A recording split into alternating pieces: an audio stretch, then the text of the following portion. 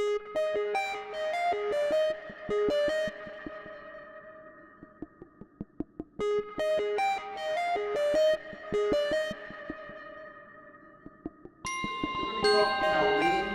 to be talking about Agile. We're going to be talking about Scrum. Most people, when they think of Agile, think of Scrum. And we're going to be talking some about that. Also be talking about how Agile and Scrum kind of miss a bunch of pieces. Maybe some thoughts about what to do about that. That's me, and that's the company that I'm working for. Look me up on LinkedIn, and please, get to know me. Find anything interesting. Here's the entire presentation. Thank you. Now let's dig into it a little bit. Let's first talk about the problems that we have, right? And the first problem is that many times we forget about why we do what we do, right? We forget that our job is not the efficient production of code. Okay, we forget about it in terms of, gee, we got all these processes in place. Gee, we use all these tools. We got all these practices. Wow, we're really efficient, right? We're told about this kind of stuff with advertising, right? There's all these companies out there that are willing to give you products, give you things. If you just use our stuff, you're going to be great and perfect. Well, it's not really about that, right? Efficiency isn't bad, but the real goal of what we do isn't that. The real goal of what we do is to make our businesses effective, right? We have to produce stuff that uses a significant amount of software, and we've got to design that kind of stuff. But the business won't succeed if our customers aren't excited about the stuff that we do, they're not delighted by the stuff, they're not willing to give us money to continue doing what we like to do, right? We've got to look at our customers, understand their needs, and then to kind of fulfill them. But that's not really the whole story. Well, I'm on the point. Let me give you a little adage, right? Everybody in here has heard of a guy named Henry Ford, right? He was kind of an innovator at the time. Had a great idea, decent product. He engendered the middle class as we know it. We probably wouldn't be around here without him, right? The production of things like cars was well established when Henry Ford came to the scene, but they were very expensive. And he had this great idea of let's put together a factory and assemble these cars rather than handcraft each individual one. Let's work from a blueprint, and let's employ people who aren't very well skilled, give them jobs that they can do, pay them enough to do these jobs so they can afford the products that we're manufacturing, which was really the beginning, as we know it, of the consumer society and the middle class. Anyhow, enough of that stuff. Henry Ford once said, if people asked me, if I asked people what they wanted, people would have told me they want faster horses. Right? That's not what he did. Okay, instead, he produced the stuff called Ford. They're still around. Anyhow, his business was effective. Yes, he did ask people, but it wasn't the whole thing. We'll talk about that actually tomorrow.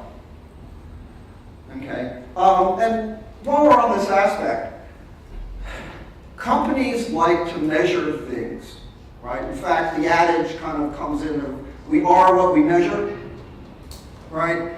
Unhappily, most of the things that we measure are on the efficiency end of things, not on the effectiveness end of things, right? We set ourselves goals and we try to meet those goals, but we can get so caught up in all that stuff that we fall back into that misconception that we don't need to be effective, that we merely got to meet those numbers and be efficient.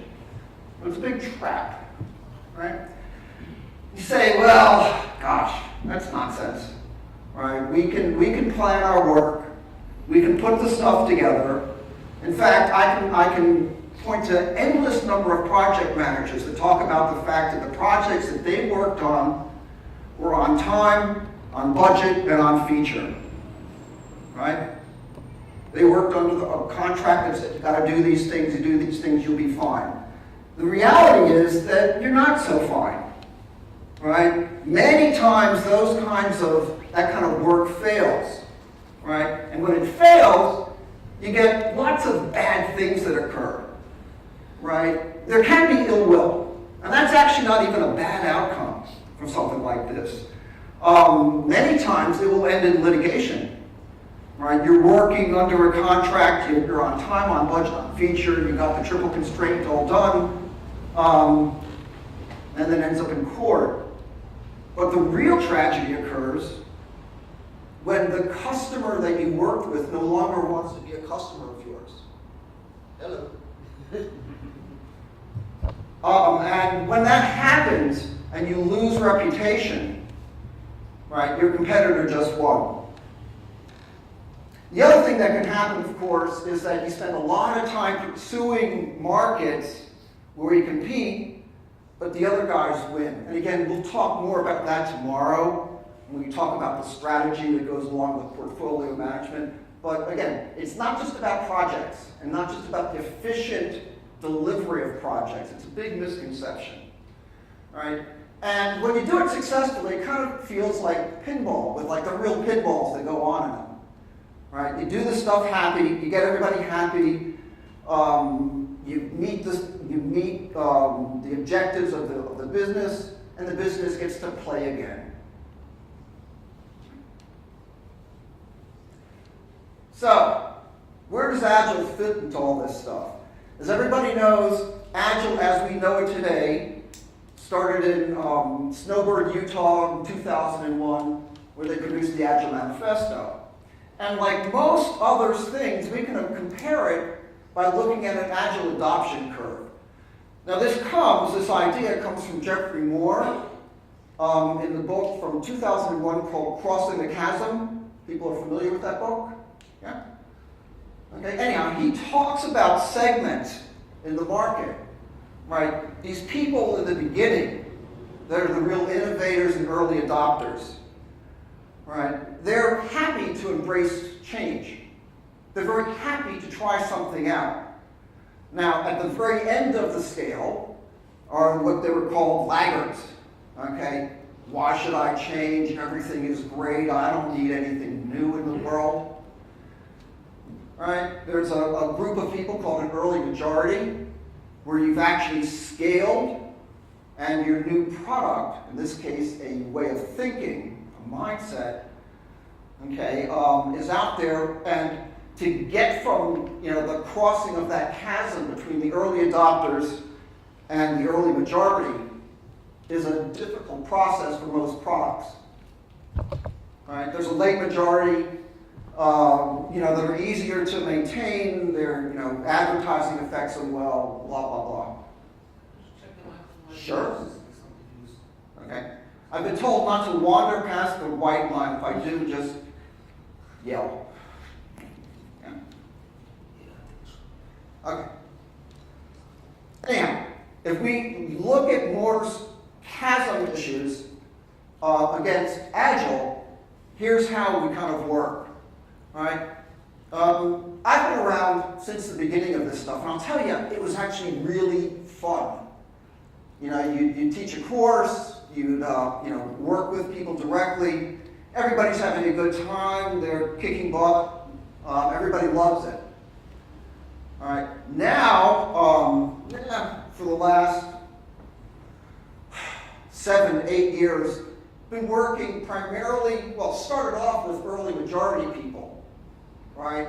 That wanted to know, gee, Agile kind of works. Scrum in particular works in a small organization. We get it. We can work with that kind of stuff. But we have issues. There's some stuff that isn't all there, right? We need to be able to talk about the entire product, but things like the tools that support it, standards, all these other issues are kind of like missing. Pragmatists, like myself, can fill in those kind of gaps. We're into people like late majority people nowadays, and they're actually being addressed. Okay, Dean Leffingwell and the SAFE process is a great example of how to reach late majority people. He has a great chart. It's really, really neat. It's got a lot of boxes. It's got the 3 lanes going across horizontally. People are familiar with that, right? Well, if you're not, you will, right? Because it's getting a lot of traction. Unhappily, it's kind of fictional, right? It allays fears, makes people feel good about things, and it tries to address all of the issues that we're missing, but it kind of whitewashes it, puts a coat of paint over something which is really not there, right? So, in the last 13 years, Agile, in particular the Scrum version of Agile, has been a nice thing to work under, right? We're told use motivated individuals, harness change, make sure you're integrating early and often, have technical excellence, blah, blah, blah. It's been fine. The people that have used it, right, are doing pretty well, right? If you were an early adopter of Scrum, you're probably much better off today than you were, let's say, 10 years ago. And in particular, you see this happen at the times that people do releases, right? It used to be, and still is for people that aren't doing Agile and Scrum, that releases are this terrible slog. It's a horror story. We have to wait for QA to bless our product. We have to get the ops people to take it and put it onto the right platforms, get the right versions of these components working with those components. And as I like to say, it's cold pizza and Mountain Dew at 2 in the morning. And this still happens, right? I hope it doesn't happen to anybody inside here, but there's a large majority of businesses out there that still have this problem, right? Those people, these laggards, fall into a half a dozen different ways, different personas, right? They're usually risk adverse. They look at Agile as a strange way. Why would you want to do things differently, right? We've been happy along the way. Alan Hall this morning was talking about organizations, right? We have these large enterprise organizations, corporations that are out there. They don't want to support that change. There might be political reasons inside there, right? What I find is it's usually middle managers that are resistant to that change, right? Definitely at the team level, most teams, if they feel safe, right, will go ahead and make the change and embrace the newness. Usually, when I'm brought in by like a board of directors or a CEO, they want to make a change. They understand that there's a need to change the way that we do things to operate effectively in the marketplace.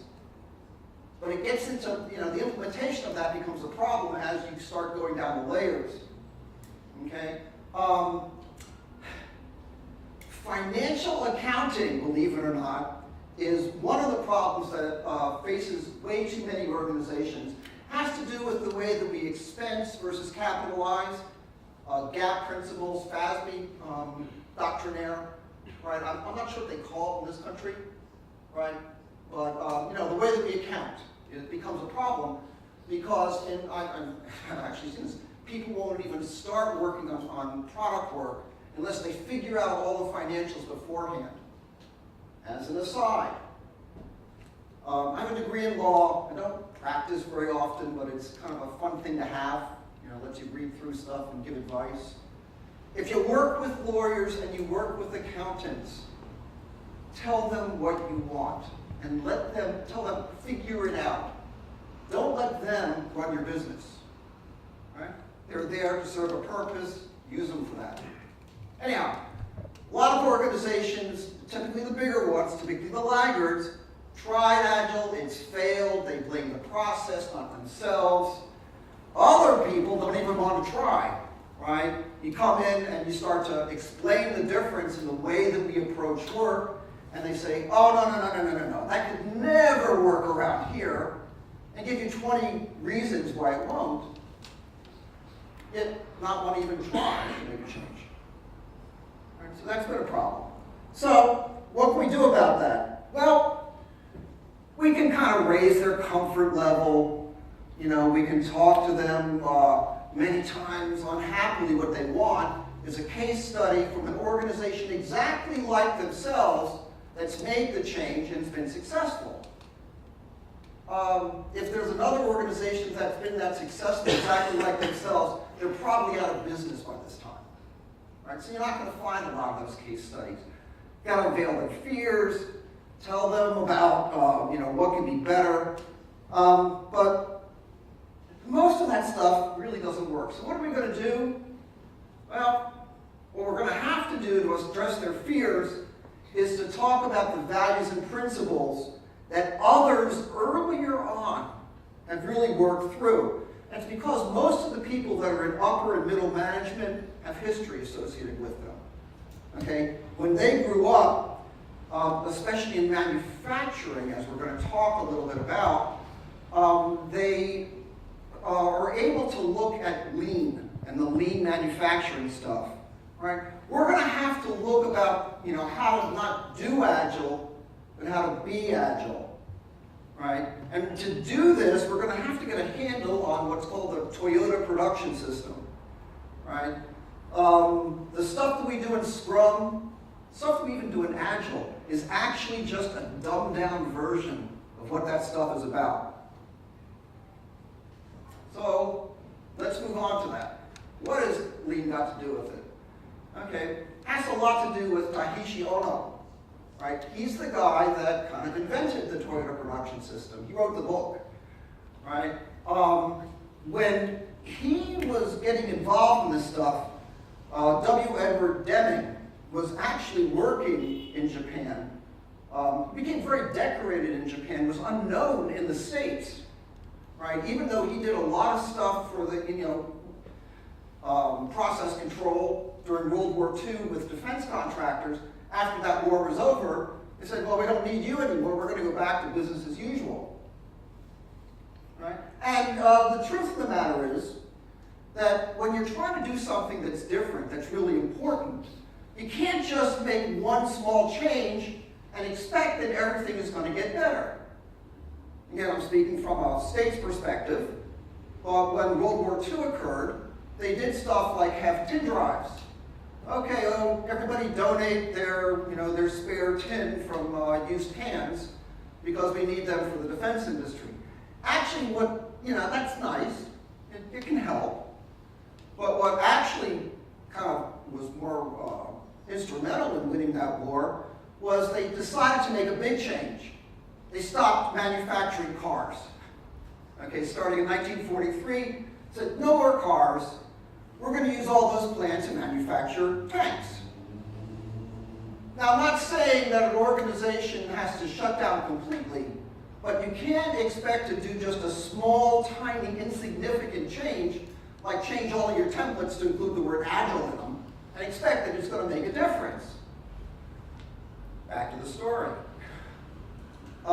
Lean manufacturing can actually also be addressed in terms of where Takeshi Ono was working, which was in the Toyota manufacturing concerns. The guy that started it, his name was Toyota. Their product, pre-World War II, was looms, automatic looms. And the first lesson of Takeshi Ono had to do with improving those looms, right? Those looms had non-stop shuttle change motion, meaning they were constantly throwing out cloth, right? And the problem was that when something when something didn't work correctly, the loom was spitting out cloth that was defective, right? So Takeshi Ono wanted to come up and say, well, the first thing we got to do is stop the loom when it runs out of thread. Here's the book. Here's the table of contents from the book, which I apologize is in illegible type. Right? But the important notion is that when the book came out, Japan, like the rest of the world, was suffering. This was in the 70s. The book came out in the late 70s. The world was still getting out of problems from the 1973 oil embargo. Right? So some topics inside of here, stuff coming from the need, catching up with America, which we're going to talk about. Just in time is a big concept, just in time manufacture. Okay, the 5 whys, analysis of waste. These were all exciting topics at the time. But you have to understand it from the Japanese standpoint, right? They were booming in terms of manufacturing. Toyotas were coming to the States, I'm sure, into Britain and Europe in large quantities, right? But all of a sudden, after the oil embargo, cars weren't selling well, right? And the growth in Japan collapsed. So the company had to come to terms with how can we still make profits with smaller numbers of things that we were producing. So, as we were talking about before, the first problem that Takeshi Ono was worried about was catching up with America. What he was looking for was how to get what was perceived to be an efficiency gap of 10 to 1 between Japanese workers and American workers. At the time, this wasn't a really big concern because of the pay rates that went on. The labor going into the stuff that Toyota was putting out earlier was fine because the amount that was being paid out for labor was fine. But now he had to figure out how to get rid of some of that waste in manufacture and get that just-in-time manufacturing working throughout the system. Right? And that became the Toyota production system. So the first of the Takeshi Ono sayings I'm going to say is that a period of low economic growth, overproduction is a crime. Right? This was a problem because at the time, Toyota was putting out just a few types of cars, right? Because they wanted to be extremely efficient about things. Now, they had to figure out how to be effective, reach the markets that they needed to reach, and still be profitable with a larger variety of cars in smaller quantities. Right? That's a real big change in mindset.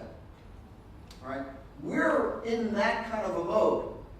Right? The stuff that we do is very specialized, yet we have to do it in a way that's still profitable to run an effective business.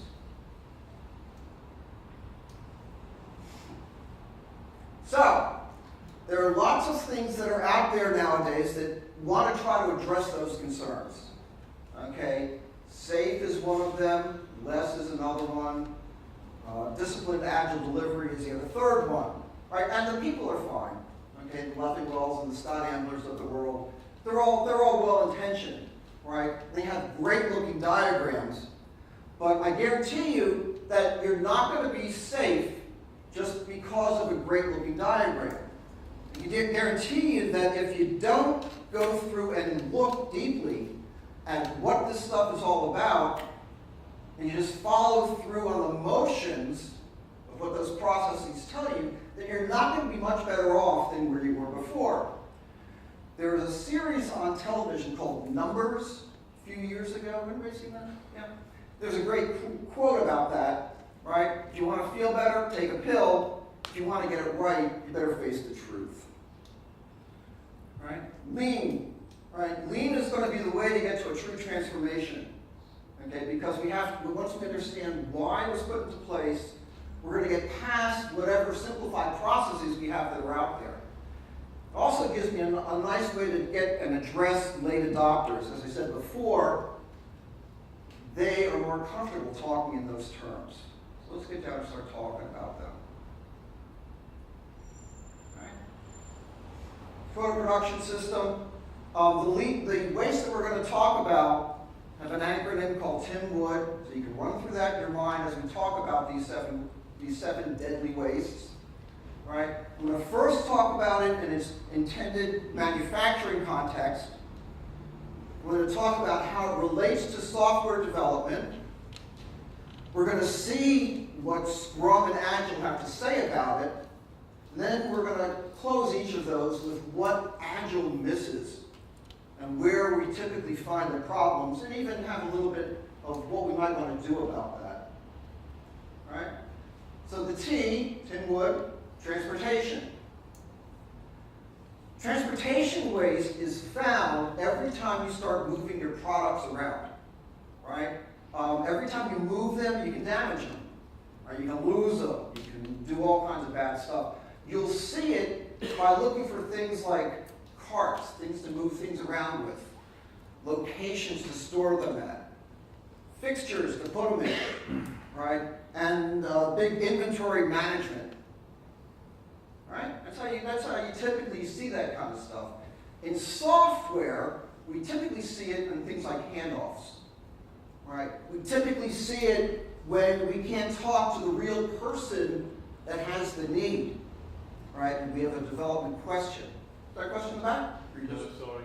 Yeah, this after lunch stuff sucks, you know, because like it's hot and digesting. Okay. You also see it in things like we have an error, but I can't let you debug on that system. So ask me some questions, and maybe I'll give you a couple of snippets of some log files that are out there. So how do we handle this kind of stuff in an Agile Scrum environment? Right. Well, we typically wanted to bust down those silos and get a team of generalized specialists.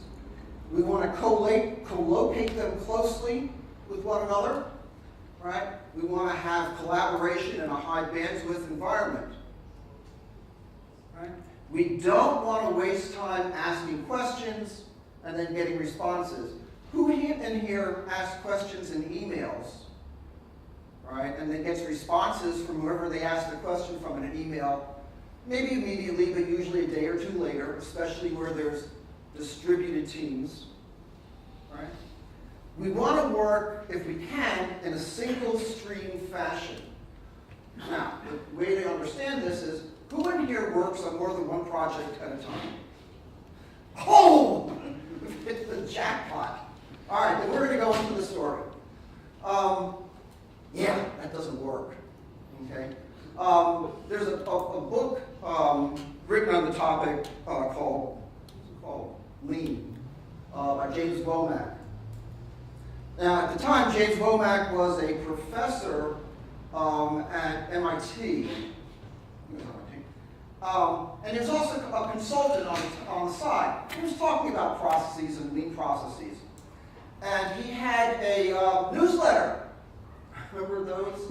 That he would send out once a month to his clients or prospective clients to talk about, you know, workshops that he was going to have or things that he was doing.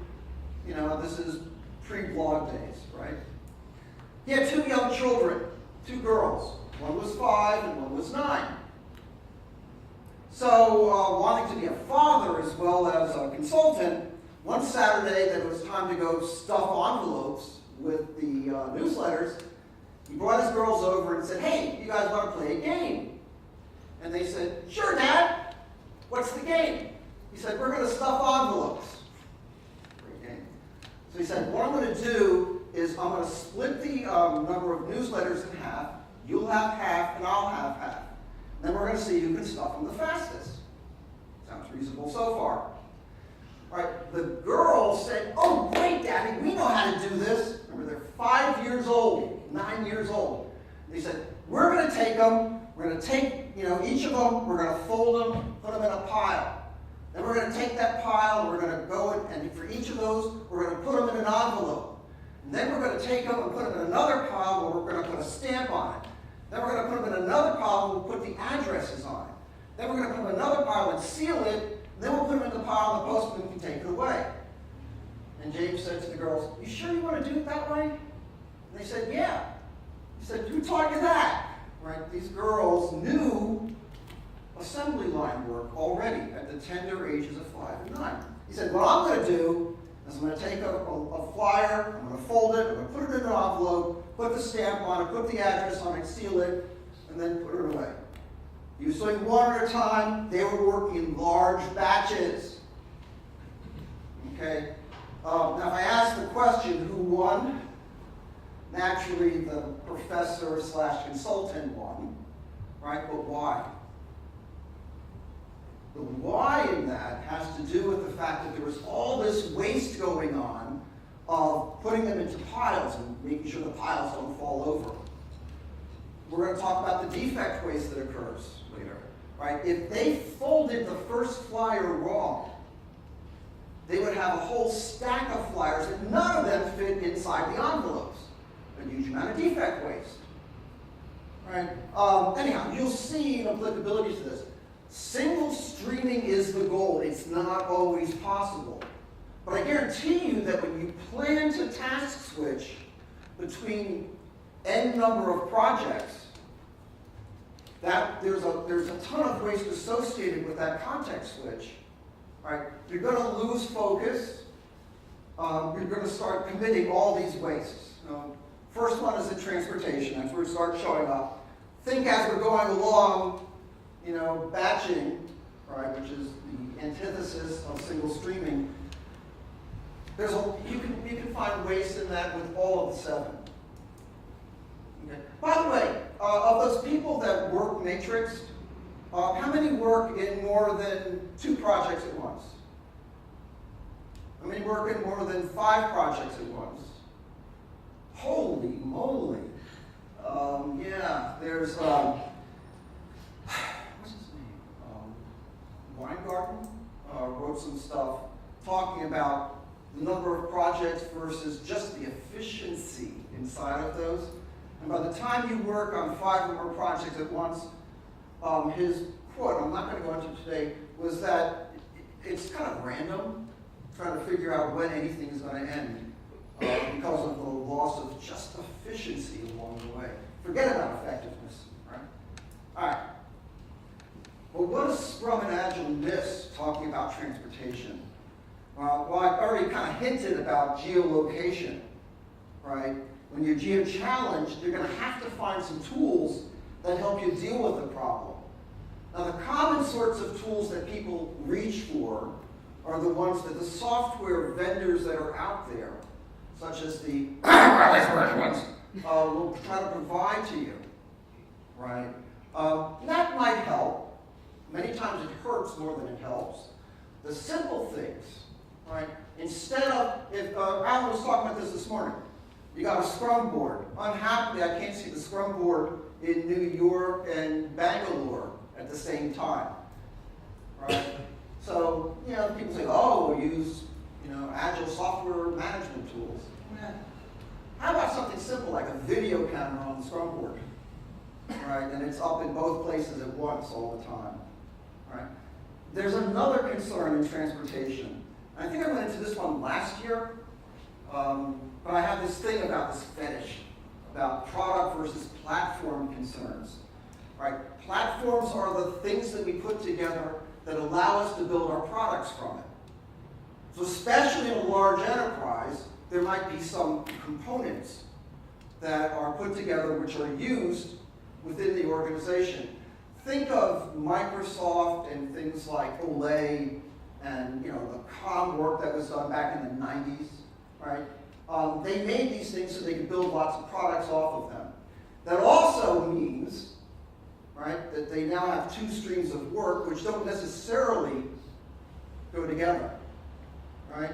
So when you do that, there's naturally an inclination to build out the platform stuff kind of like first in large batches, and then have the product people use the fruits of that labor to produce the products, but that will elongate your cycle time, right? Which is not a good thing.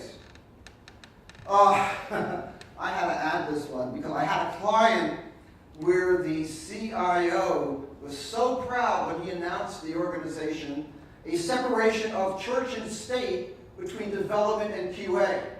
Now, having a QA department by itself is kind of a smell. Right? We'd like to take those QA people and embed them with the teams that they do QA with and actually make them into developers of the, automate their work so that we can work continuously, make sure that we haven't regressed. That's the goal of QA nowadays. But gee, it also puts together a tension. If you have a group that has the authority to say, yeah, you've done all this work, but we don't give it our seal of approval. Go back and do more. Right? We now have politics that will start creeping into the equation. You'll have a reluctance to give them something which you know isn't going to pass. You're going to put some impedance on the whole process, and that's just a bad thing. Right? So there are ways around these. Scrum and Agile don't address them. Right? So we've got to figure out, through continuous improvement, how to make those things work. Right? There's lots of solutions we can talk about, but be aware of them. Okay, so now there's an I. I stands for inventory. Right? Inventory talks about the waste that occurs when the amount of work in process is building up. Right? So here's WIP, right? Here's inventory sitting in a port with lots of cars. People spent a lot of money putting all these cars together. They're worth something, right? They're sitting there and rusting, right? So their value is going down all the time, right? You don't want a lot of work in process. Again, back to the batching, right? In manufacturing, you see this with loading docks. The need to go to a last in, first out instead of a first in, first out kind of mentality. The amount of extra process that you have to put in place, right, for defects and change, right, because we can't affect our inventory that's out there. Now we've got to figure out how to separate them. Maybe we come out with a new model and we have to discount all of these. Right? In software, of course, we see this when we have analysis, requirements, design, and specification in terms of gates and stages, in terms of documents that are heavyweight and maybe they're not looked at. Right? We talk about this, again, back to platform concerns. When architects start planning out what they're going to be doing for the next year, meanwhile, we have developers that are sitting around saying, well, what should we be working on right now? Right? What are the patterns to work on now? Scrum and Agile, right? We try to get rid of inventory waste by not creating the items to begin with. Right? So this is actually a picture of work that I took with a team that I've been working with. When you look at it, this is now, and this is the future.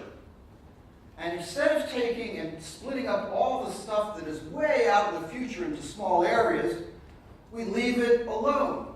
The future will handle itself. We may find we don't need that thing anymore. Or we may find that we need to move this thing over to here.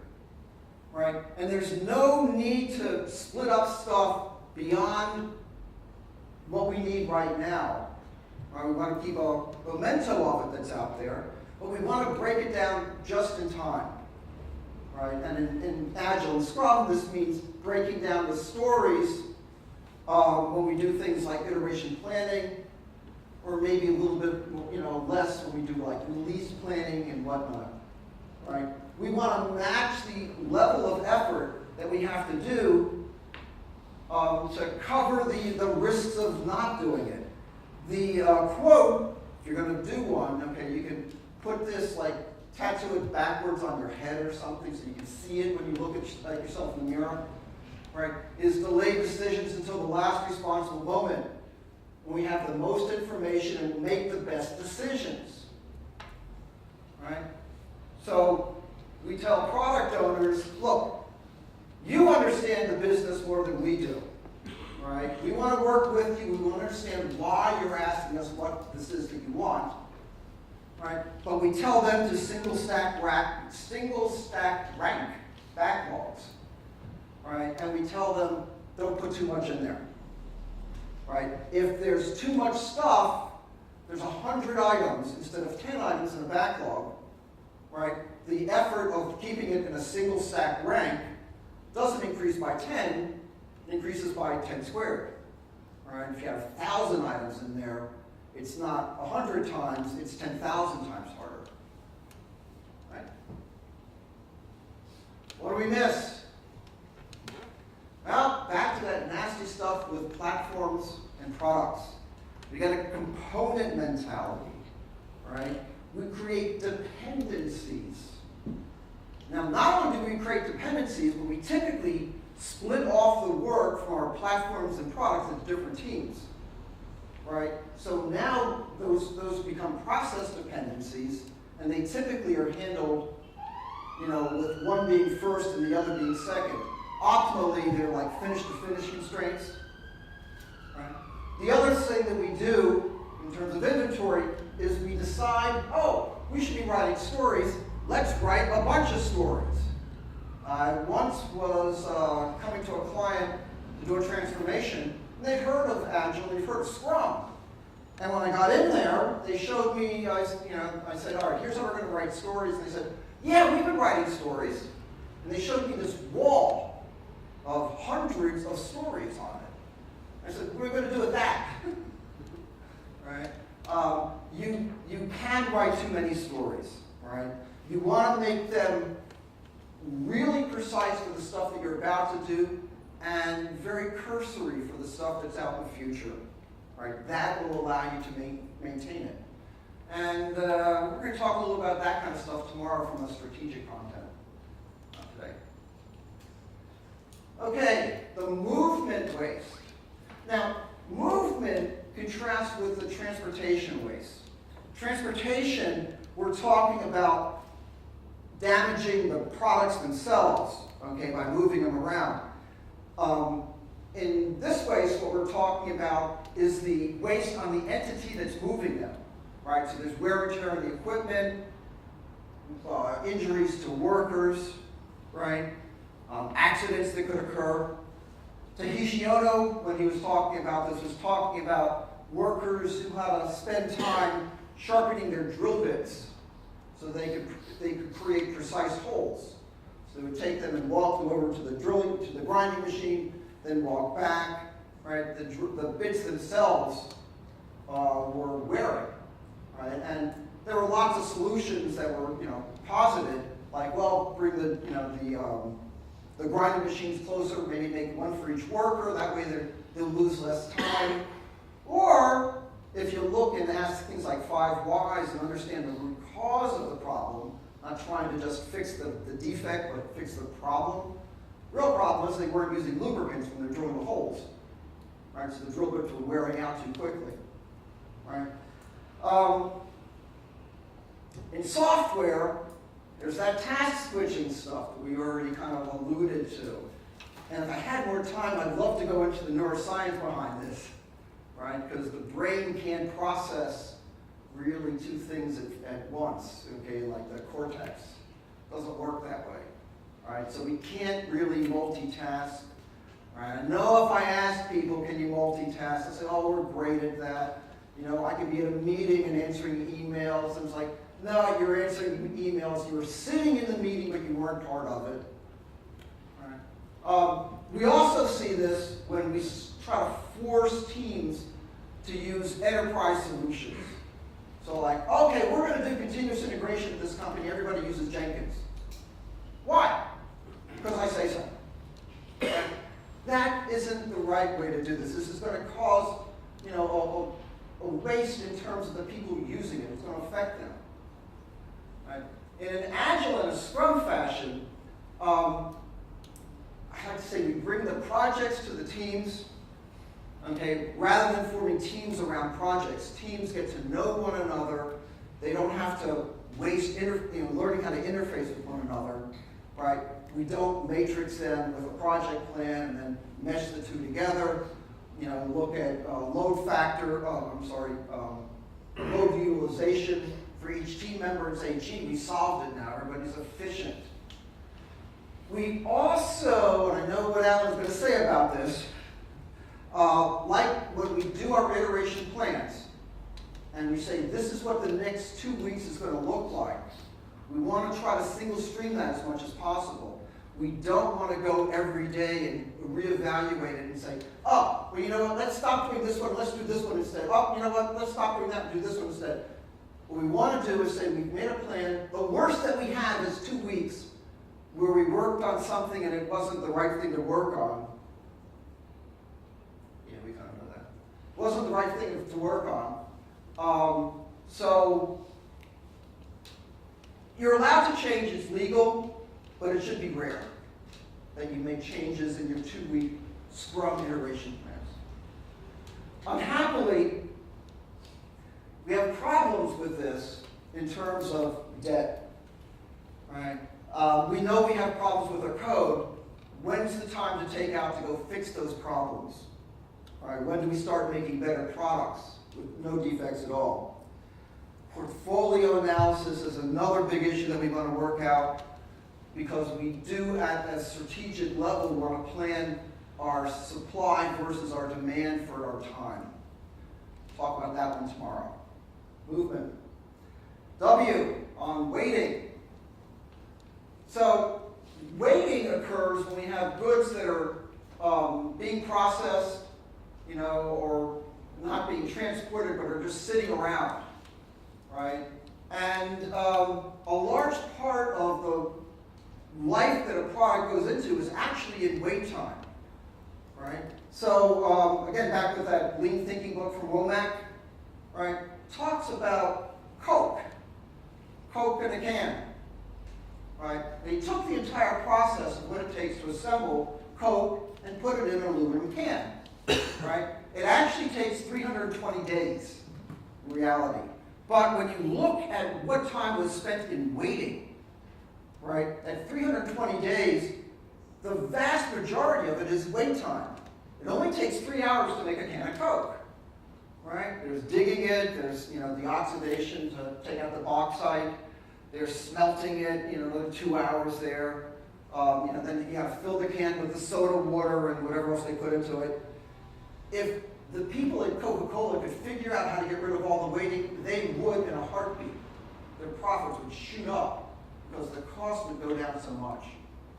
We can change our process. We don't have to smelt ores, right? In software, the biggest wait time is on decision making. Right? I can't tell you how many times people have product issues. They say, we want to do this with our software. That's great. Now, specifically, what about this case? Gee, I don't know. We're going to have to go back and bring that into committee and talk about it. We'll get back to you in a month or two. Huh? What's your best guess? Right? Product owners they need to be empowered to be able to make those decisions, even if sometimes they make wrong decisions. Right? We have wait time when we are waiting on dependencies. We shouldn't figure out great processes for managing dependencies. How many people in here have a lot of meetings where they manage dependencies between teams? Yeah, really? That's great. That's actually not bad, right? I'm sorry for you.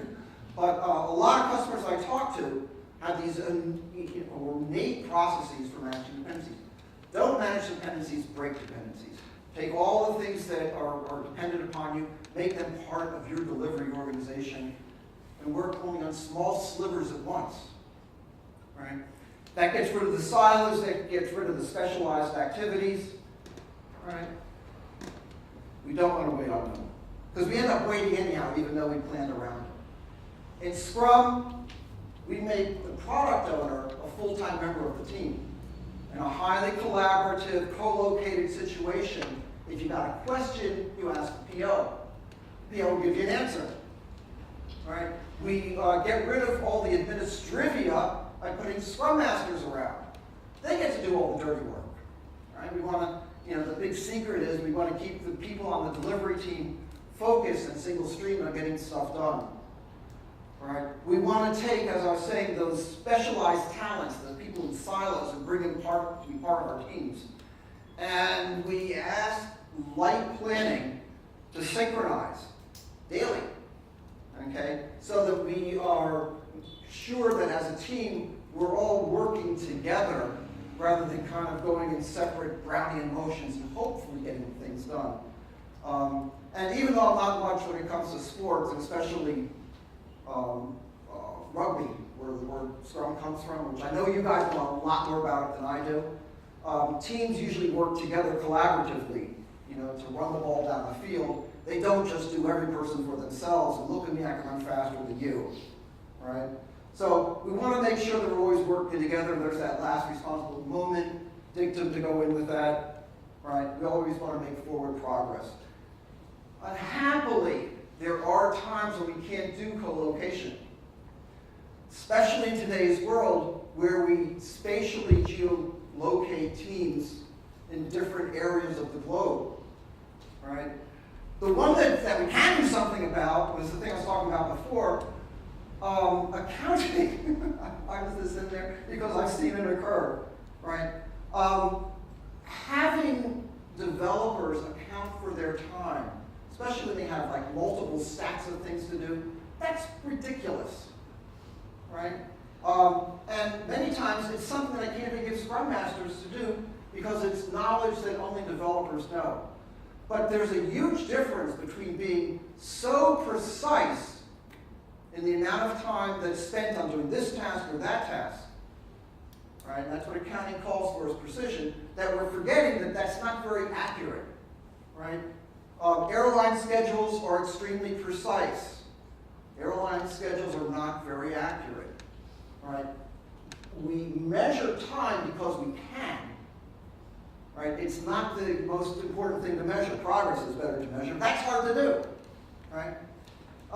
And the other problem, and I've seen this one occur, is when you have platform teams that start into something which is so swirly that they and only they working as a team can use the products of their labor.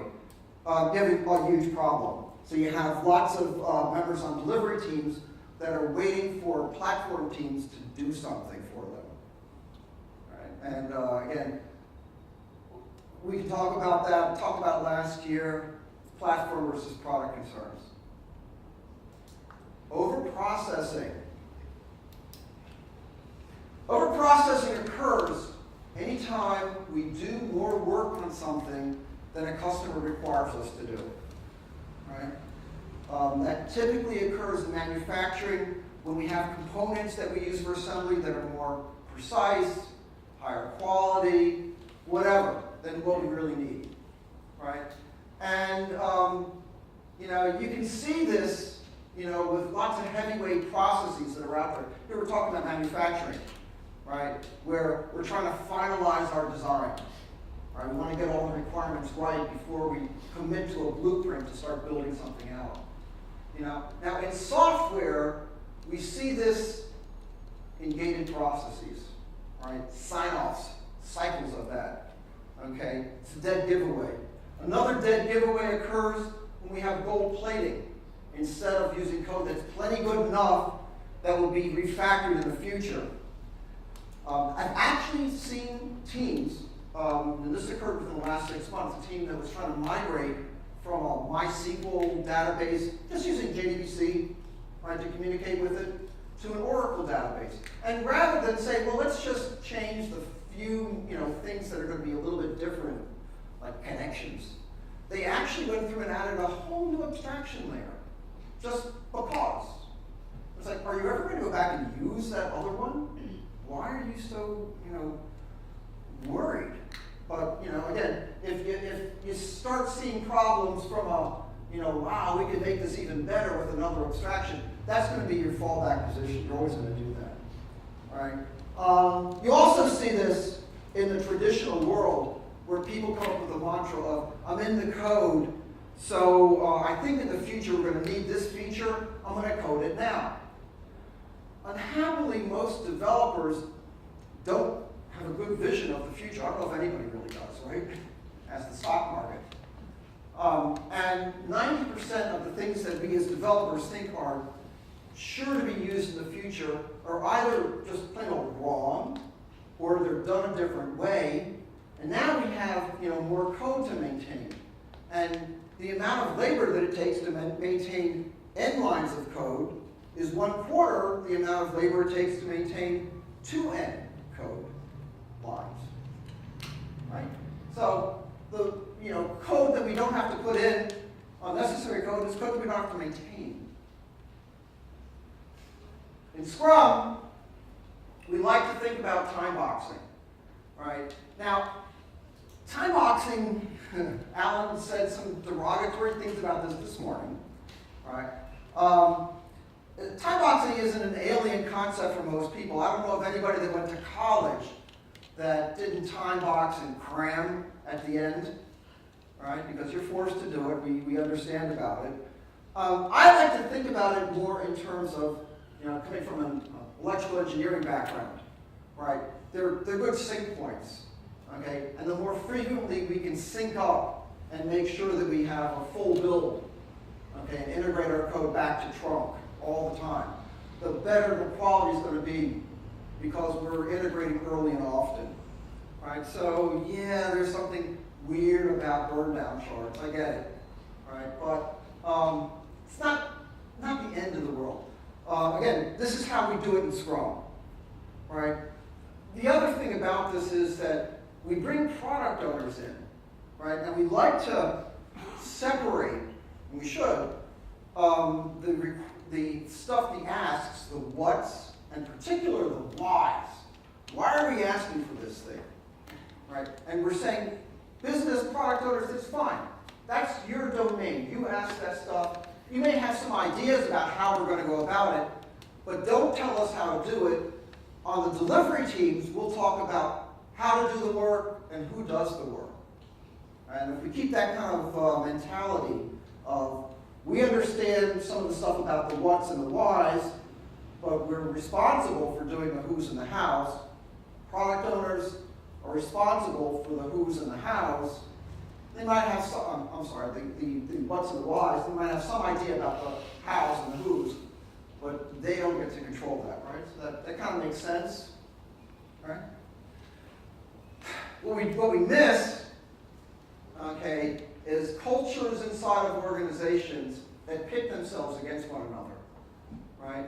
This happens because a lot of times organizations sequester the engineers, sequester the people doing development from the business side of the domain. I'm astounded the number of times I'll visit people that are producing software that have never even run the software. They just know they're one little section of it. They're like little cogs in a large machine, right? And forget about the fact that they don't even know where this applies, right? There's stuff where if we don't go through the stack continuously, right, so that we don't get efficient designs, then we never get to capture the work. We never get to capture the value of the work that we put into it, right? So we go through all kinds of extra layers of complexities and abstractions, and it's unnecessary, right? And there is a problem, okay, and the problem for people around here especially, talking about architectural concerns. Again, it's not the production of code that really determines whether or not we've been successful.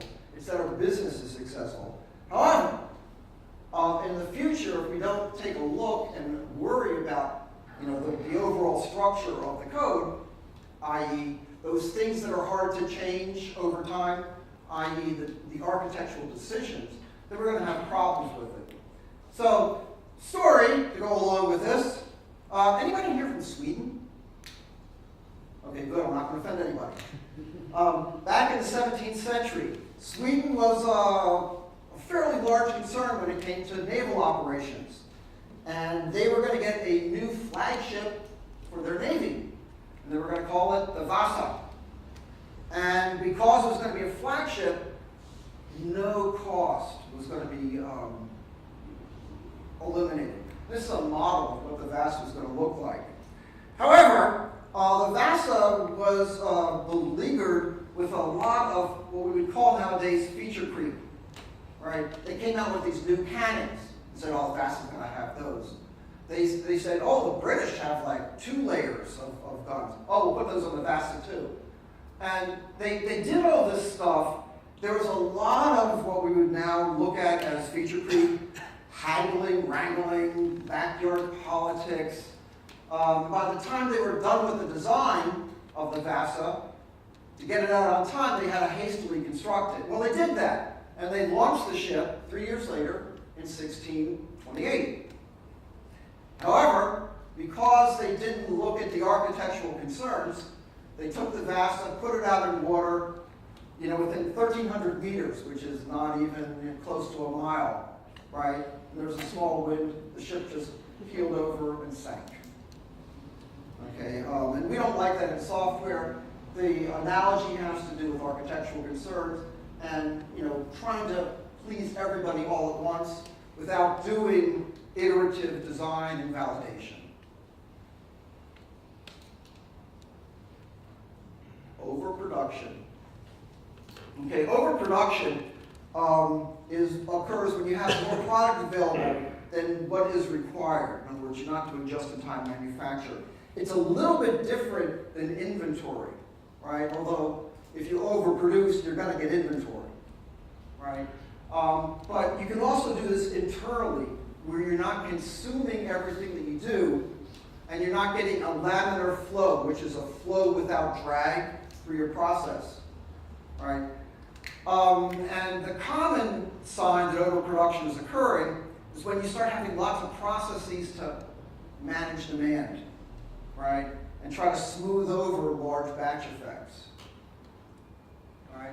Now in software, there's a famous set of studies from the Standish Chaos Group. They made a report, and they said that 2/3 of all of the features that produce, everybody knows this one, are rarely or never used. Right? Now it's actually, when you say that to teams, it's nice and Scrum 101 to say that and make sure that you're producing the right stuff. Don't ask for things that are never going to be used. For those of us that produce commercial software, this isn't that easy. So think again of like a Microsoft Office, right? Well, I don't know if they have any competition nowadays, but it used to be that you would compare Office against other products that were out there. And you look through feature by feature, and Office has this feature, but the other one doesn't. Office has this feature, they don't. So you want to produce software products that have a maximal amount of features. Unhappily, customers don't want really feature-rich products. They want products that are easy to use. So Microsoft invested zillions of dollars with these overly complex Office products hiding all the features, right? With ribbon bars and lots of UI tweaks that are in there, specifically to hide that stuff. Okay. Requirements, testing, staging, if there's starting to be choke points, another problem. When our dependency and release planning becomes so complex because we would like to produce stuff, but we're saying, oh, we can't do it now, we'd be overproducing, it's not going to show up in our release, right? It doesn't, we have a problem matching supply and demand, right? Does anybody in here know where these frames come from? I didn't think so. Yeah, I'm showing my age here. You've heard of an early situation comedy called I Love Lucy. Probably everybody. This is from a very famous one where Ethel and Lucy decide to get jobs, which for women of the 50s was unusual by itself. And they get a job in the candy factory. Their job is to take each candy and wrap it. Right? It starts off very nice and easy. Just a little thing rolls down the line. Oh, we can wrap this and talk and have a nice time. And then the line starts speeding up significantly. And that's where the humor comes from. Lucy is like eating them by the handful. She's stuffing them down her blouse and in her hat. Okay, and then they finally, the supervisor comes out at the end, right? Because they've been pretty good in hiding the fact that there's overproduction going on. And of course, seeing that the line is nice and clear, she yells, "Okay, speed it up."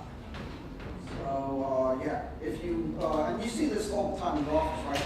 If you go through heroics, getting a release out, that starts to become the baseline for all the feature releases, right? So the idea of having sustainable engineering, right, kind of an agile concept, this is why.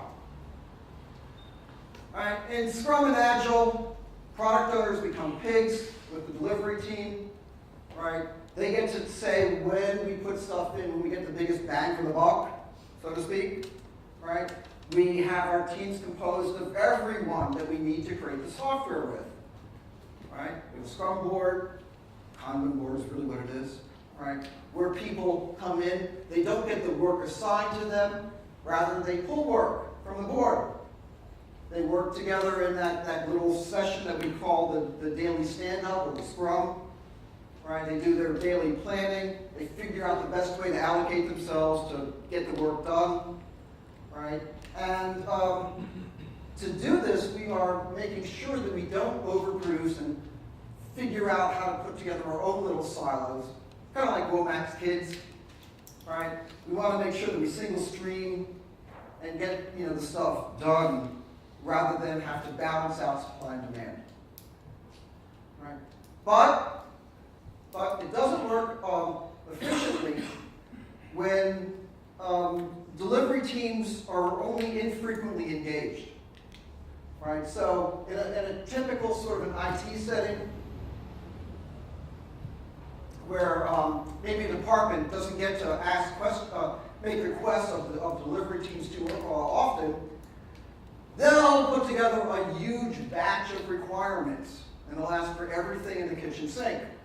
Because this is the only time I can make that request, I'm going to request you do all this stuff for me, which of course isn't going to happen, right?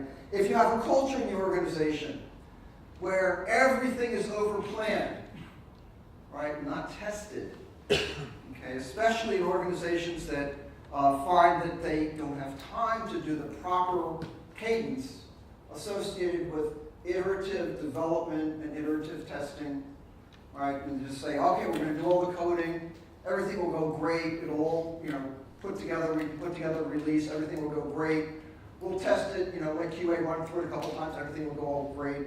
Well, it doesn't, right? Those are the times when you have cold pizza and Mountain Dew at 2 in the morning, right? And this also occurs, right, when organizations basically keep the delivery, the development staff at starvation levels, right? There's just not a lot of people around to do the work. And when that happens, we're looking for little efficiencies that we can give to each of these teams, or each of these silos usually is what they end up forming, all right? And we do lots of upfront planning, which we then push down to the teams. Here's how to do this work, guys. This will lead to lots of bad problems. And we'll talk a little bit about this tomorrow more in depth. But everybody gets this concept, right? If we have overproduction, how to deal with it, right? The only manual way to go about it is to plan. And planning is going to get you there because you don't know all the issues. Finally, in terms of ways we'll talk about defects. Defects are defined as any time we need to do rework on a part, right? Incurring extra costs along the way. All right? So again, our WIP increases. Instead of getting a nice, smooth flow of raw materials into finished product, we get raw materials, oops, we got to go back and fix that one. Oops, this one went down. In the worst case, right, where you have an assembly line, and you don't figure out that you have a defect early on. Right? The problem is that, let's say there's 100 stages in the line, and let's say that you don't figure out the defect until you're way down the line. All the rest of the line now has all those defects inside of them that went unnoticed. Again, going back to the Womack envelope folding thing, right? You don't notice the defect, perhaps, and that the folded newsletter didn't fit inside the envelope, maybe until you tried to fold it and lick it to make it seal. Now you got to go back and fix everything, right? So even large defects that occur aren't usually a problem if you can find them right away and fix it. But if you find them way downstream, they become a problem. Even small defects become a problem. And I was going to ask for a marker, and we didn't get one. Well, that's the third strike of mine today. But let me give you a little story that occurred to me and kind of fixed this in my mind. It has to do with the cost of defect remediation. And it had to do with my first time as an architect for a big product. And it was a product that did finite element analysis back in the, when was that? Early 90s, very early 90s, okay? Written for Motif, X-Windows Motif.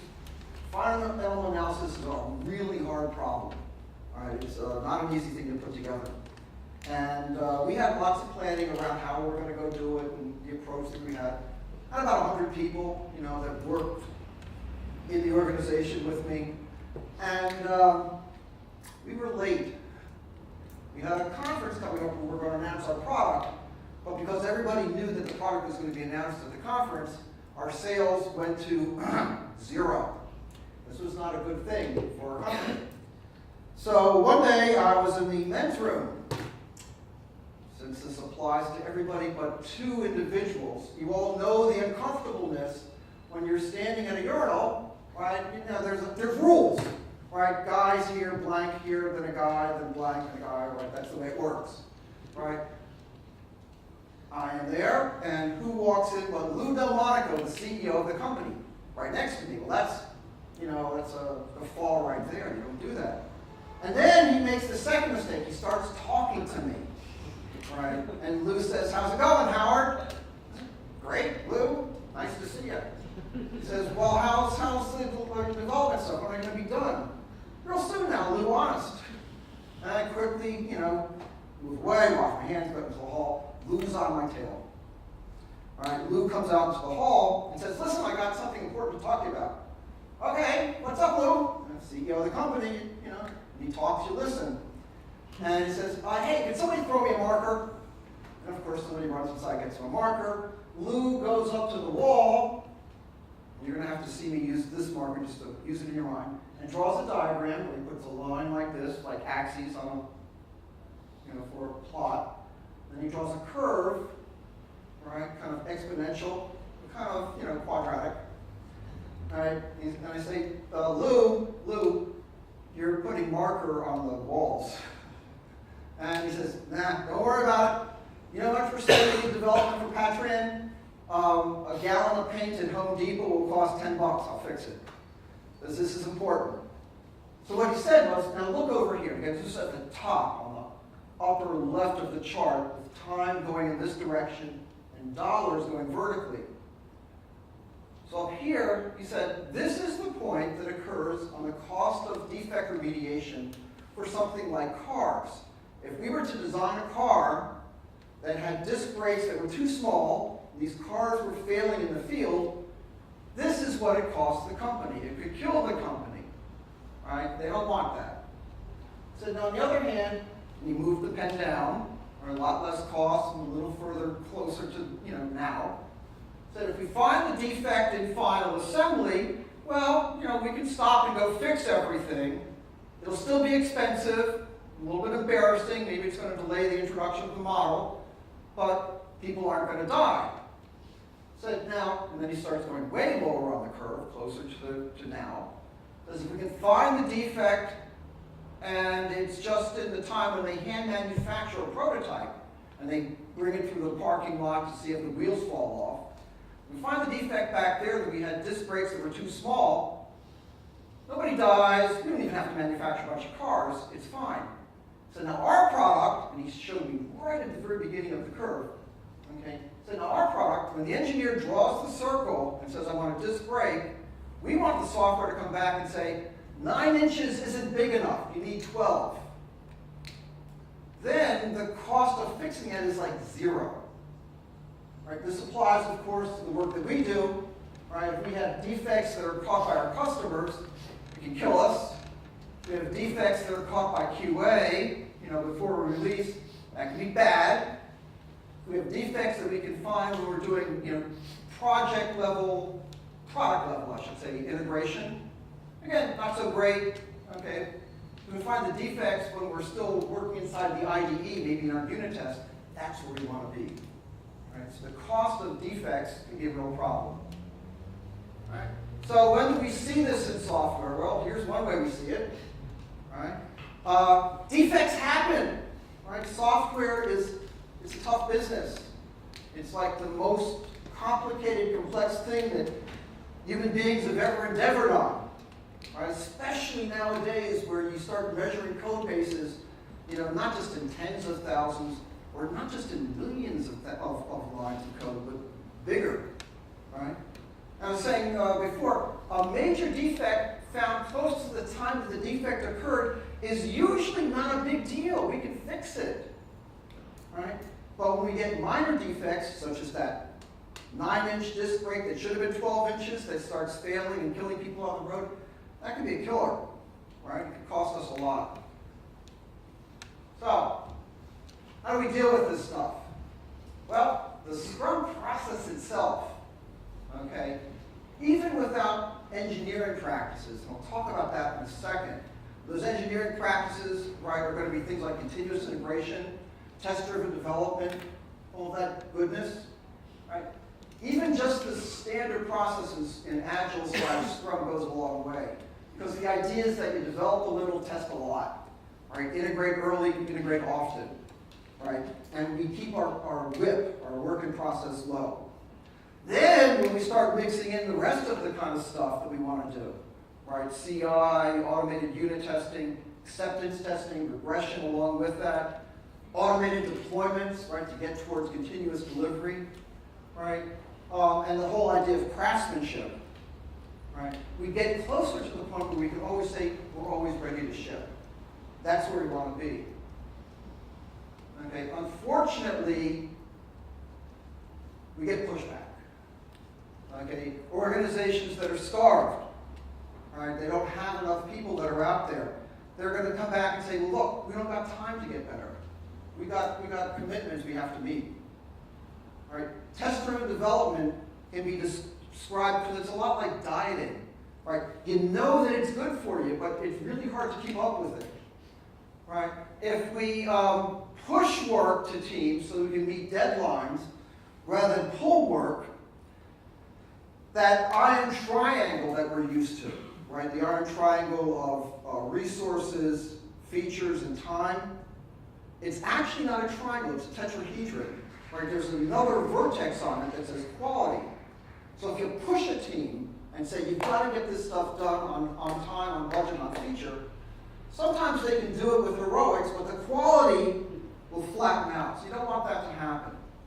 And, favorite of mine, is that too many organizations hire based on like a resume or certification or experience and whatever. What they really hire for is the most number of features with the least amount of money, right? And they don't even know their names, they don't even care. They're fungible. They're just Java developers. Buy them by the caseful, right? I'd much rather have 5 really good A-team players than 50 fungible developers, right? 5 guys or women that can really get together, that know what they're doing, and are good. The amount of communication, right? 5 versus 50, it's not 10 times the communication, it's 100 times the communication. Again, it's an n-squared problem, right? All right. Whew. Let's talk about some final little thoughts. Right? Scrum and Agile aren't bad, but just going through the motions, thinking that you're getting something done, well, you're not getting it all done just by going through the motions. You're actually just getting started. So, following up on Alan's thing, okay, you didn't see these particular photos, right, of cargo colting. Let me give you a little background for cargo colting. Who here knows who Richard Feynman is? Those of you that don't. A physicist from Caltech, made famous in the public eye because he was the guy when the space shuttle exploded, had the O-ring theory. He was on the committee, right? So, and he also had a number of lectures that, if you have time, go back and look at his introductory lectures on physics. They're wonderful to look at. Anyway, Richard Feynman gave the commencement address at Caltech in 1974. And back in 1974, there was a lot of parapsychology and spoon bending and all kinds of, paraphysics stuff going around. And people were doing experiments and saying, look at all these wonderful parapsychology things. And Feynman just railed into them in his commencement address and called it a lot of pseudoscience. That's where the words about the coconuts on the ears, where he said, we're running experiments that have all of the elements and illusion of real science, but it's really pseudoscience. right? And so cargo cults, and he was, I think, the first person to bring this out, okay, about the islands in the South Pacific. They saw all this 20th century technology come to them. They wondered why, when the big birds left, all of the cargo left with them, right? So they started to do things that tried to attract those big birds, the planes, to come back and land. And they didn't, right? So merely doing the practices and the precepts of Agile in some kind of a process isn't going to transform your organization, right? You're not going to get the gain without some pain to go along with it, right? Fixating on the wrong things is going to land you in a bad place. Okay.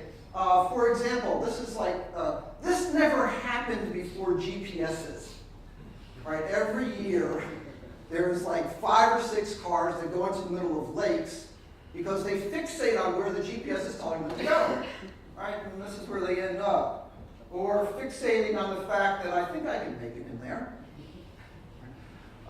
We prematurely optimize, okay, and think that just by following this one metric that we're going to be great. It's going to be all good. Oh, one more thing. Okay, behind the Toyota production system, Agile, Scrum, and so on and so forth, there's a bunch of mindset shifts that really have to occur. Going back again to Tahishi Ono, the guy with the book, there's a section in there, right, about the misconception that mass production is cheaper. Right? And that's really where we start to gain this insight about efficiency versus effectiveness. Let's look at 2 applications. First one is that enterprises and businesses changed significantly in the last 50 years, particularly in the 80s. The idea of shareholder value. Nothing has been more divisive to society, okay, in terms of the ratio between the average pay versus executive compensation, right? And it's not a good thing. It's not good for our society, much less good for our products. If you look back into things like the 50s and earlier, drug companies were interested in putting together products and bringing people in. Car companies wanted to make sure that you were a customer once and you were a customer for life. Nowadays, we try to dissect these things, and we try, in particular with shareholder value, we get a shift for a short-term focus on profits. A lot of this executive compensation, for example, is geared towards what's the stock price doing? The stock price goes up, you must be doing a good job, you get large bonuses, right? That will occur with corporate debt, not the debt, financial debt, but a debt in the products that they put together, right? Now, they also will do things like decimate a lot of the areas of production so that they're not able to work better in the future. They kind of kick the can down the road. Executives are there for 3 years, they get the compensation. They move on to another company and they wreck it, right? Not every executive's like that, right? But this was one of the outcrops. Go back and watch the Stone movie. What was the name of that movie from the 80s? Greed is Good, Michael Douglas. Wall Street. Wall Street, thank you. Help me out there. All right. It doesn't work. Many times, we're actually better off controlling less and just watching the road ahead. It has to do with a town called Drachten. You might be familiar with Drachten, right? It's a medieval Dutch town. It has about 50,000 occupants in it. All right, back in, when was this? About 2004, a guy by the name of Hans Monderman was tasked with the seemingly impossible thing of trying to fix traffic flow in Drachten. Problem was that he was told, you got this small medieval town, they got lots of these little roads, and they segregated out cars from people. Right? So you have stop signs, you have traffic lights. And the problem with things like traffic lights, which is a 20th century invention, is that traffic lights, You look at it and say it's green, oh, I can go. And you miss, and somebody's walking across the street, and you whack them, and they die. Right? Traffic lights also become a problem in that you impede the flow. So you no longer have a laminar flow, it all stops and starts. All right? So back in 2006, what he decided to do was to take all the signs and the traffic signals out of Brockton. And he replaced them with some traffic circles. All right? He put up, took away all the distractions. So what happened? Well, one might think, right, if you don't tell cars stop now, because you're going to hurt somebody otherwise. No, that didn't actually happen. They didn't have an increase. They had a 9-to-1 decrease in the number of traffic accidents. And they had about a 30% increase in the amount of flow through the system. So more cars got through, even though they had traffic circles, okay? And there were less accidents because people had to look and observe around them. Right? So told that to Mercedes and ended up in the lake. Right? Got to stop being told what to do and when to do it. Right? Stop controlling people and delegate the authority to them to make it work after getting them to understand why we're doing this. And the other thought to follow up on is that we don't want people and companies to get too comfortable, stay hungry and stay foolish, right? When was that address? 2008, I think it was. Steve Jobs said this to the commencement address at Stanford. Got a lot of press for it, right? He didn't make it up. This actually came from, who knows this one, the Whole Earth Catalog. Nobody except me. Whole Earth Catalog kind of was like a magazine of all kinds of things that were out there. You needed some trekking equipment. Here's where you can find it. You're interested in home birth. Here's organizations that you could contact. Kind of like a Google before there was the internet. We're talking here about the early 70s. On the last edition of the Whole Earth Catalog, and Google it, and you'll see the image. Back in 1974, on the back there was a photo and the words, "Stay hungry, stay foolish." The way I like to think about that, right, is that as a company, we need to stay focused on what our customers' needs are, right? We need to reinvest the revenues and the income that we make on the products that are out there that excite and delight our customers to produce new products in the future that will bring us forward, right? We don't want to just exploit the cash cows. We need to grow in the 3 horizons I'll talk about tomorrow. And we always have to continuously improve. Now, in terms of foolishness, right? Don't just accept, question, right? Be curious. The whys are more important than the whats, especially at first. We need to remove fear inside the organization to allow us to be foolish, right? And there's nothing that should be wrong with saying our process has no close. Okay, this is a Hans Andersen parable, right, about the guy, the little kid, who wasn't afraid to say, the emperor has all these new clothes from people that didn't want to say, that couldn't say anything wrong about him, right? Because he would execute anybody that said that he wasn't dressed appropriately, whatever.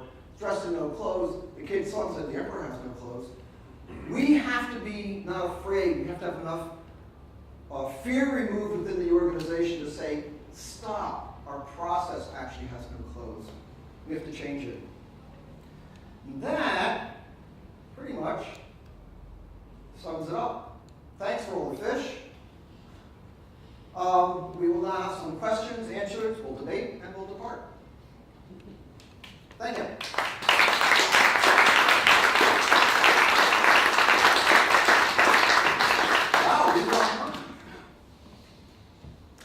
Anyhow, if I know the time is short, there's going to be somebody in here that's going to be looking to use the room. I'll be around. Come for the drinks that are going to be happening later today. It is today, right? I'll be there. Link me in. Give you a card if you want. It's an anachronism, but I still have them. Thanks again.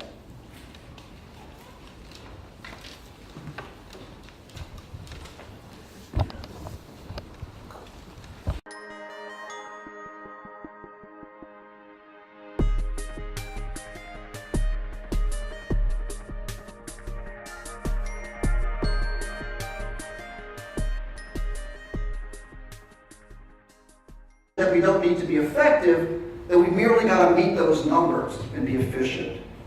It's a big trap, right? You say, well, gosh, that's nonsense, right? We can plan our work, we can put the stuff together. In fact, I can point to endless number of project managers that talk about the fact that the projects that they worked on were on time, on budget, and on feature, right? They worked under a contract that said, you got to do these things, you do these things, you'll be fine. The reality is that you're not so fine, right? Many times that kind of work fails, right? And when it fails, you get lots of bad things that occur, right? There can be ill will, and that's actually not even a bad outcome from something like this. Many times it will end in litigation. Right, you're working under a contract, you're on time, on budget, on feature, you got the triple constraint all done, and then ends up in court. But the real tragedy occurs when the customer that you worked with no longer wants to be a customer of yours. Hello.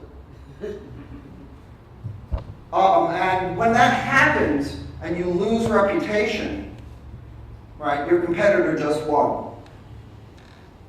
The other thing that can happen, of course, is that you spend a lot of time pursuing markets where you compete, but the other guys win. And again, we'll talk more about that tomorrow when we talk about the strategy that goes along with portfolio management. But again, it's not just about projects and not just about the efficient delivery of projects. It's a big misconception, right? And when you do it successfully, it kind of feels like pinball, with like the real pinballs that go on in them. Right? You do the stuff happy, you get everybody happy, you meet the objectives of the business, and the business gets to play again, doing what we like to do. Right? We've got to look at our customers, understand their needs, and then to kind of fulfill them. But that's not really the whole story. While I'm on the point, let me give you a little adage. Right? Everybody in here has heard of a guy named Henry Ford. Right? He was kind of an innovator at the time. Had a great idea, decent product. He engendered the middle class as we know it. We probably wouldn't be around here without him. Right? You know, the production of things like cars was well established when Henry Ford came to the scene, but they were very expensive. And he had this great idea of like, let's put together a factory and assemble these cars. Rather than handcraft each individual one, let's work from a blueprint, and let's employ people who aren't very well skilled, give them jobs that they can do, pay them enough to do these jobs so they can afford the products that we're manufacturing, which was really the beginning, as we know it, of the consumer society and the middle class. Anyhow, enough of that stuff. Henry Ford once said, if people asked me, if I asked people what they wanted, people would have told me they want faster horses. All right, that's not what he did. Okay, instead, he produced the stuff called Ford. They're still around. Anyhow, his business was effective. Yes, he did ask people, but it wasn't the whole thing. We'll talk about that actually tomorrow. Okay, and while we're on this aspect, companies like to measure things, right? In fact, the adage kind of comes in of, we are what we measure, right? Unhappily, most of the things that we measure are on the efficiency end of things, not on the effectiveness end of things, right? We set ourselves goals and we try to meet those goals, but we can get so caught up in all that stuff that we fall back into that misconception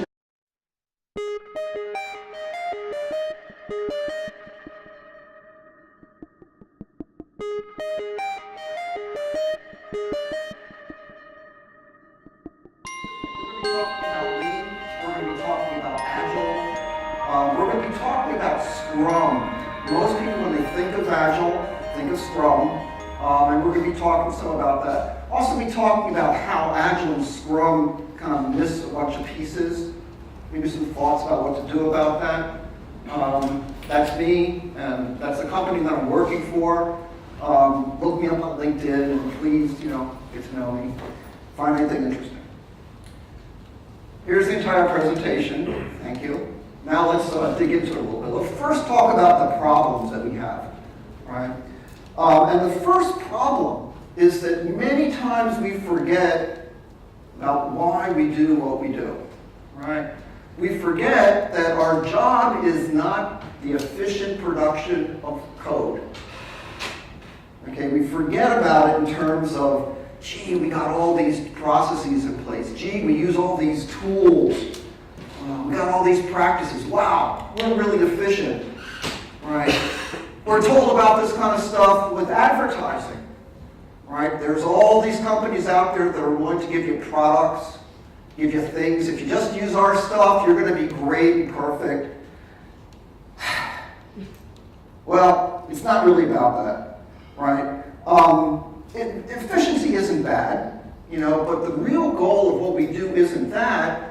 The real goal of what we do is to make our businesses effective, right? We have to produce stuff that uses a significant amount of software, and we've got to design that kind of stuff. But the business won't succeed if our customers aren't excited about the stuff that we do, they're not delighted by the stuff, they're not willing to give us money to continue to fun. You teach a course, you work with people directly, everybody's having a good time, they're kicking butt, everybody loves it. All right, now, for the last 7, 8 years, been working primarily, started off with early majority people, right, that wanted to know, gee, Agile kind of works, Scrum in particular works in a small organization, we get it, we can work with that kind of stuff, but we have issues. There's some stuff that isn't all there, right? We need to be able to talk about the entire product, but things like the tools that support it, standards, all these other issues are kind of like missing. Pragmatists, like myself, can fill in those kind of gaps. We're into people like late majority people nowadays, and they're actually being addressed. Okay, Dean Leffingwell and the SAFE process is a great example of how to reach late majority people. He has a great chart. It's really, really neat. It's got a lot of boxes. It's got the 3 lanes going across horizontally. People are familiar with that, right? Well, if you're not, you will, right? Because it's getting a lot of traction. Unhappily, it's kind of fictional, right? It allays fears, makes people feel good about things, and it tries to address all of the issues that we're missing, but it kind of whitewashes it, puts a coat of paint over something which is really not there, right?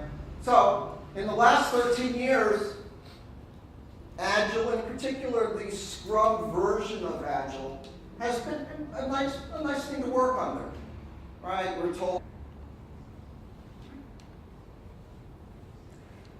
So, where does Agile fit into all this stuff? As everybody knows, Agile as we know it today started in Snowbird, Utah in 2001, where they produced the Agile Manifesto. And like most other things, we can compare it by looking at an Agile adoption curve. Now this idea comes from Jeffrey Moore in the book from 2001 called Crossing the Chasm. People are familiar with that book? Yeah? Okay, anyhow, he talks about segments in the market, right? These people in the beginning, they're the real innovators and early adopters, right? They're happy to embrace change. They're very happy to try something out. Now, at the very end of the scale are what they were called laggards, okay? Why should I change? Everything is great. I don't need anything new in the world. Right? There's a group of people called an early majority where you've actually scaled and your new product, in this case a way of thinking, a mindset, okay, is out there. And to get from the crossing of that chasm between the early adopters and the early majority is a difficult process for most products. Right? There's a late majority, that are easier to maintain. Their advertising affects them well. Blah blah blah. Sure. Okay. I've been told not to wander past the white line. If I do, just yell. Yeah. Okay. Anyhow, if we look at Moore's chasm issues against Agile, here's how we kind of work. All right? I've been around since the beginning of this stuff, and I'll tell you, it was actually really